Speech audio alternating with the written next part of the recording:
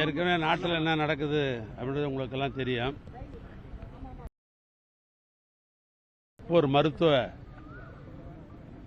பரிசோதனைக்கு பின்னால் அன்றைக்கு விமான நிலையத்தில் உங்களிடத்திலே சொன்னேன், காவல்துறை அழைக்கிற பொழுது நான் கட்டாயம் செல்வேன் என்று சொன்னேன். அதே நேரத்தில் நம்முடைய சென்னை உயர்நீதிமன்றம் 15ஆம் தேதி இன்றைக்கு காவல்துறைக்கு நீங்கள் முழு ஒத்துழைப்பு நல்க வேண்டும் என்று ஆணையிட்டிருந்தார்கள்.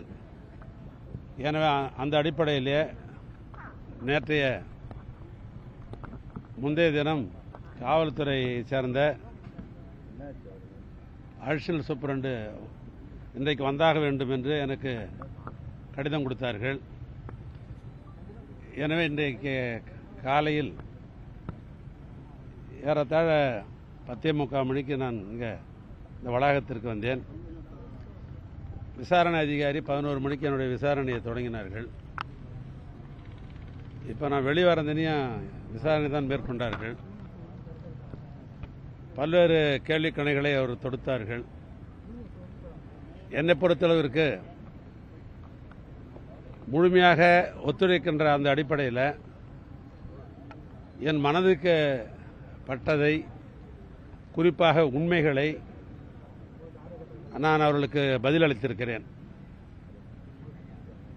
என்னுடைய பதில் என்பது முழுக்க முழுக்க 100% உண்மை கலந்தது.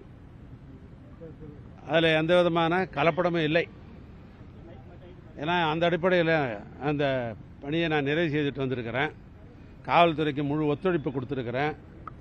நீதிமன்றத்தினுடைய ஆணையை ஏற்று இதில் என்னுடைய பதிலை நான் சொல்லியிருக்கிறேன்.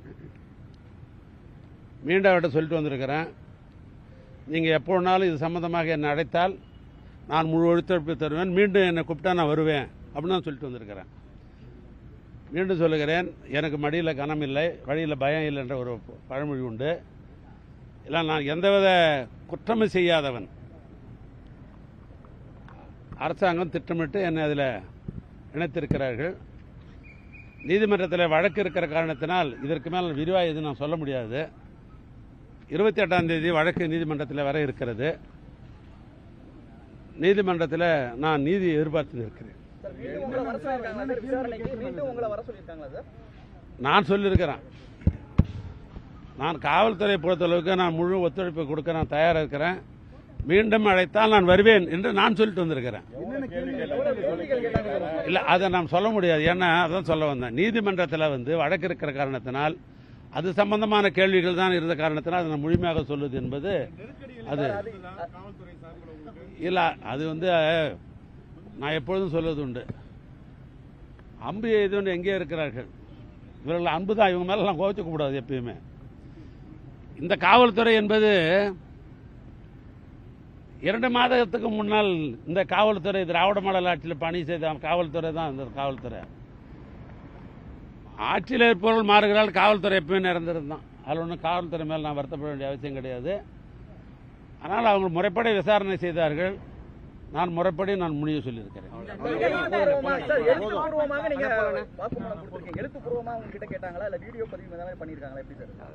இல்லை, நான் சொல்ல கம்ப்யூட்டரில் அவங்க ஃபீட் பண்ணாங்க.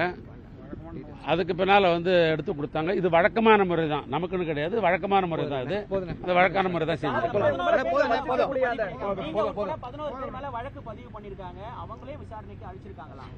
இல்லை, அது தெரியாது. என்ன பொறுத்தவரைக்கும் நீங்கள் கூப்பிட்டாங்க, நான் விசாரிச்சிருக்கேன். இல்லை, அதான் சொல்லிட்டு நீதிமன்றத்தில் தான் பார்க்கலாம்.